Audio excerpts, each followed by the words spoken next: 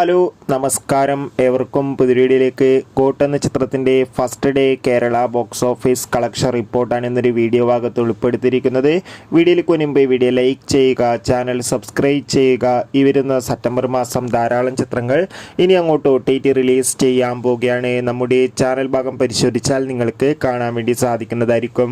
വെങ്കട് പ്രഭുവിൻ്റെ സംവിധാനത്തിൽ ദളപതി, വിജയ്, സ്നേഹ, പ്രഭുദേവ, ജയറാം എന്നൊക്കെ പ്രധാന കഥാപാത്രങ്ങളായി ഇന്ന് സെപ്റ്റംബർ 5-ാം തീയതി റിലീസ് ചെയ്ത ചിത്രമായിരുന്നു ഗോട്ട്. എല്ലാ സിനിമാ പ്രേമികളും ഒരേപോലെ ചിത്രത്തിൻ്റെ റിലീസിനായി കാത്തിരുന്നു. ചിത്രത്തിന് മികച്ചൊരു റെസ്പോൺസ് തന്നെയാണ് പുറത്തുനിന്നുകൊണ്ടിരിക്കുന്നത്.